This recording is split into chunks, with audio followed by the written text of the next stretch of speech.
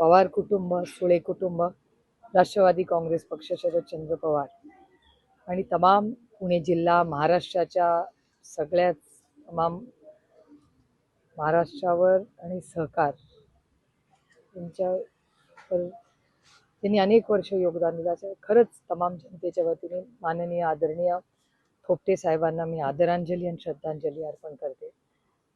काँग्रेसचा विचार सहकाराचा खूप मोठी चळवळ, ह्याच्यात खूप मोठं योगदान हे थोपटे साहेबांचं राहिलेलं आहे आणि त्यांचं काम ते नसले तरी अतिशय जबाबदार पद्धतीने गेले अनेक वर्ष खरं तर संग्रामदादा करत आलेले आहेत आणि माझा विश्वास आहे की संग्रामदादा त्यांचा सगळा सामाजिक वारसा अतिशय जबाबदारीने ज्या पद्धतीने आजपर्यंत करत आले तो वारसा ते नक्कीच पुढे नेतील. तुमच्या आणि पवार साहेबांच्या अनेक वेळा राजकीय संबंध थोपटे साहेबांशी आले असतील. एखादी अशी आठवण किंवा क्षण जो तुमच्या कायमस्वरूपी त्यांच्याबद्दल लक्षात राहील? ते मला वाटतं की थोपटे साहेबांची पर्सनॅलिटी एक कडक नेता म्हणून होतं. ते ज्या पद्धतीने चालायचे, त्यांची एक नजर असायची आणि त्या नजरेतूनच माणसं अर्धी घाबरून जायची की अरे बापरे आता थोपटे साहेब काय म्हणणार. पण त्याच्यात प्रेमी होतं, तो अधिकारी त्यांचा होता.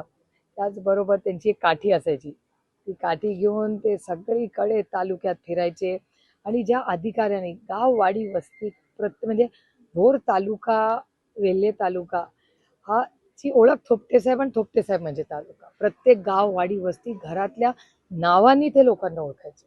म्हणजे ते फक्त लोकप्रतिनिधी नव्हते, त्यांचं एक इमोशनल नातं भोर आणि ह्या संपूर्ण भागात राहिलेलं आहे. आणि महानंदचे ते पहिले अध्यक्ष होते. त्याही काळात ह्या सगळ्या जी सहकार चळवळ उभी राहिली त्याच्यात त्यांचं फार मोठं योगदान कालही होतं, आजही राहिलं. आणि इतिहासात जेव्हा जेव्हा महाराष्ट्राच्या सहकार चळवळीची नोंद दिली जाईल त्याच्यात थोपटे साहेबांचं नाव हे सुवर्ण अक्षरात लिहिलं जाईल. राजकीय प्रश्न मग तुम्ही घोडे बाजार कसं झालंय मला माहिती आहे, असं म्हणून मला तोंड उघडायला लावू नका असा इशारा तुम्ही भाजपला दिला होता. त्यावर बावनकुळेंनी म्हटलं की 65 वर्ष काँग्रेस पार्टीने ज्या बदमाशा केल्या त्या आम्ही केलेल्या नाहीत.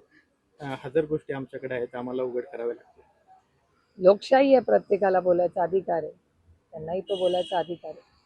बॅलॉटवर निवडणुका होत नाही तोपर्यंत त्या निवडणुकांवर बहिष्कार टाका असं राज ठाकरेंनी हो, राज ठाकरेंचं स्टेटमेंट आलंय तसं.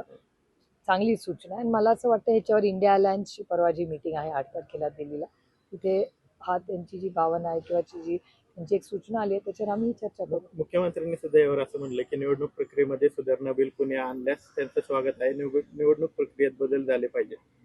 मी त्याचा देवेंद्र फडणवीस जर हा घोडे बाजार आणि ही पारदर्शक जी प्रक्रिया आहे त्याची मागणी आणि बिल मी स्वतःच करणार आहे. त्याला जर भारतीय जनता पक्षाने साथ दिली तर मी त्याचं मनापासून आभार आणि स्वागत करतो.